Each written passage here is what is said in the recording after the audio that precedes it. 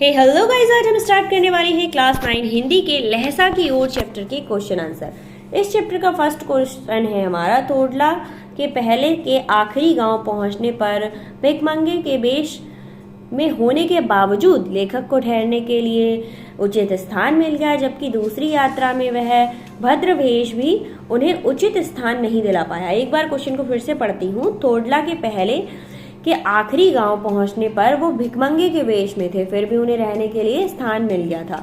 But जब वो दूसरी यात्रा में भद्र वेश में गए, फिर भी उनको ठीक ठाक जगह नहीं मिली थी।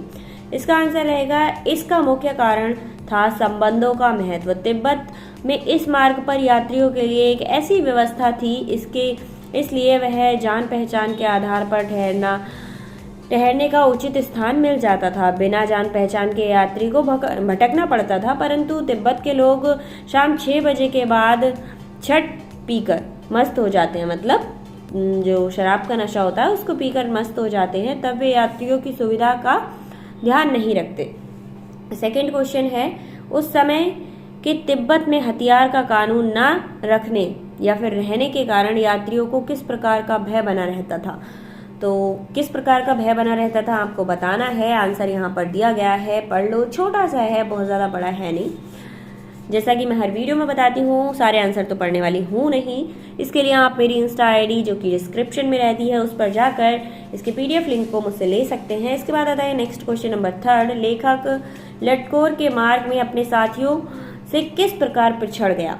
आंसर, लेखक लटकोर के मार्ग में अपने साथियों से 2 कारणों से पिछड़ गया था। पहला था उसका घोड़ा बहुत सुस्त था, दूसरा था वह रास्ता भटककर 1-1.5 मील गलत रास्ते पर चल गया और उसे वापस आना पड़ा था। इसके बाद आता है हमारा नेक्स्ट क्वेश्चन नंबर 4।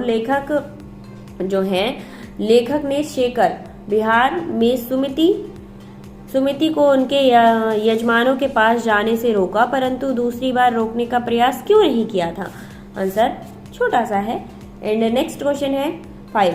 अपनी यात्रा के दौरान लेखक को किन कठिनाइयों का सामना करना पड़ा। तो अपनी यात्रा के दौरान उनको तिब्बत यात्रा के दौरान लेखक को विभिन्न कठिनाइयों का सामना करना पड़ा। वो एक बार भूलवश रास्ता भटक गया और दूसरी बार उसे बहुत तेज धूप के कारण परेशान होना पड़ा। तो गाइस, आई होप आपको ये सारी चीज़ें समझ आती होंगी। एंड मैं आपको बता देती हूँ कि आप स्क्रीनशॉट ले लीजिए या फिर इसके PDF लिंक को मेरी इंस्टा आईडी से ले लीजिए। उसके बाद दूसरी बात ये है कि मेरे चैनल पर आपको SST, इंग्लिश, इन सारे सब्जेक्ट के क्वेश्चन आंसर प्रोवाइड हैं। अगर आपने चेक नहीं किए हैं तो फटाफट से जाकर चेक कर लो एंड देख लो। डिस्क्रिप्शन में मैं लिंक दे दूंगी, वहां से जाकर चेक कर लो वरना। और इन सारे चैप्टर की समरी एक बार जरूर देख लिया करो, क्योंकि समरी पढ़ने के बाद आपको कहीं से कोई भी क्वेश्चन आ जाए, कोई भी प्रॉब्लम नहीं होती है। क्लास 10th है, जरूरी नहीं है जितने क्वेश्चन चैप्टर में दिए गए हैं वही क्वेश्चन आए। एग्जामिनर अपने पास से भी क्वेश्चन देता है। तो समरी सुनने से क्या होता है, हमें पूरा चैप्टर याद रहता है और हम अच्छे से उसको एक्सप्लेन कर पाते हैं। नेक्स्ट क्वेश्चन नंबर 6 है, प्रस्तुत यात्रा वृत्तांत के आधार पर बताइए कि उस समय की तिब्बती समाज कैसा था। क्वेश्चन नंबर 7 दिया गया है, मैं अब पुस्तकों के भीतर था, नीचे दिए गए विकल्पों में से कौन सा इस वाक्य का अर्थ बताता है। का, खा, गा, घा। 4 क्वेश्चन टाइप दिए गए हैं। लेखक पुस्तक पढ़ने में रम गए थे। सेकंड था, लेखक पुस्तकों के सेल्फ के भीतर चला गया था। थर्ड था या गा था, लेखक के चारों ओर पुस्तकें ही पुस्तकें थीं। घा था, पुस्तक में लेखक का परिचय और चित्र छपा था। तो आंसर इसका रहेगा, लेखक पुस्तक पढ़ने में रम गए थे या फिर बिजी थे, उनका दिमाग उसी बुक में लगा हुआ था, इसलिए ये सब कुछ हुआ था। इसके बाद आता है हमारा क्वेश्चन नंबर 8, जिसमें आपसे पूछा जाता है, सुमति के यजमान और अन्य परिचित लोग लगभग हर गांव में मिले। इस आधार पर आप सुमति के व्यक्तित्व की किस विशेषताओं का चित्रण कर सकते हैं। सुमति के यजमान और परिचितों के हर गांव में मिलने से उनकी अनेक विशेषताओं का पता चलता है। First, second, third, fourth, 4 qualities थी, चारों यहाँ पर लिखी हुई हैं यार, देख लो। नेक्स्ट है क्वेश्चन नंबर 9, जिसमें आपसे पूछा गया है, हालांकि उस वक्त मेरी वेश ऐसा नहीं था, मतलब उनका जो पहनावा था वो ऐसा नहीं था कि उन्हें कुछ भी ख्याल करना चाहिए था। उस कथन के अनुसार हमारे आचार व्यवहार के तरीके वेशभूषा के आधार पर तय होते हैं। आपकी समझ में ये उचित है या अनुचित, विचार करके बताइए। तो भाई विचार करने तो कोई बैठा नहीं है, फटाफट से आंसर देख लो और याद कर लो।